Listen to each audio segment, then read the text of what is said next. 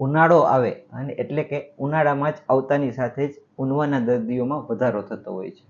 એટલે કે urine pass કરતી વખતે, બાથરૂમ જતી વખતે બળતરા જે થાય તેને આપણે ઊંધવા કહીએ છીએ. તો ઊંધવા થવાનું કારણ ક્યાં હોય છે? જ્યારે પણ કિડનીમાં બેક્ટેરિયલ ઇન્ફેક્શન લાગતું હોય છે ત્યારે ઊંધવા થતો હોય છે. ઘણી વખત ઉંમરની સાથે સાથે પ્રોસ્ટેટ ગ્રંથિની સાઇઝ વધતી હોય તેને લીધે પણ ઊંધવા થતો હોય છે. મોટાભાગના કારણોમાં પાણી ઓછું પીવાતું હોય તો પણ તે ઊંધવા થતો હોય છે.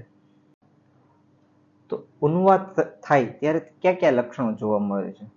યુરિન પાસ કરતી વખતે એકદમ ઘાટો, આ ઉપરાંત લાલ કલર જેવો, ઘણી વખત એકદમ પીળો અથવા તો એકદમ બળતરા સાથે યુરિન પાસ થતું હોય છે. ઘણી વખત બંને પેડુમાં દુખાવો પણ થતો હોય છે.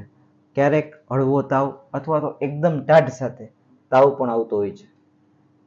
જ્યારે પણ યુરિન પાસ કરતી વખતે બળતરા થતી હોય તો તેની રૂટીન તથા માઇક્રોસ્કોપિક એક્ઝામિનેશન કરવી જોઈએ. આ ઉપરાંત આપણે શું પરેજી રાખી શકીએ? જ્યારે પણ યુરિન પાસ કરતી વખતે બળતરા થાય તો પાણીનો ઉપયોગ શક્ય હોય તેટલો વધારવો જોઈએ. આપણા યુરિનનો વેગ રોકવો ન જોઈએ. તીખો તળેલો ખોરાક ન ખાવો જોઈએ. વધુ પડતી ચાનું સેવન બંધ કરવું જોઈએ. નાળિયેર પાણીનો ઉપયોગ વધારવો જોઈએ અને આપણું પર્સનલ હાઇજીન મેન્ટેન કરવું જોઈએ.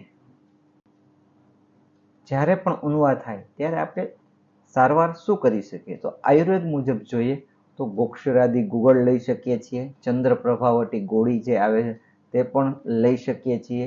ઉળુચિયાદી કષાય લઈ શકીએ છીએ. માર્કેટમાં અત્યારે સારું નામ ધરાવતી ઇમિલ કંપનીની સિરપ નીરી પણ લઈ શકીએ છીએ. એલોપેથી મુજબ તેમાં એન્ટીબાયોટિક્સ દવા જેમ કે નોરફ્લોક્સાસિન, સિપ્રોફ્લોક્સાસિન લઈ શકીએ છીએ અને આલ્કલાઇઝર જેમ કે સિટ્રાલકા જેવી આવતી સિરપ પણ પાણી સાથે મિક્સ કરી અને વારંવાર લેવી જોઈએ.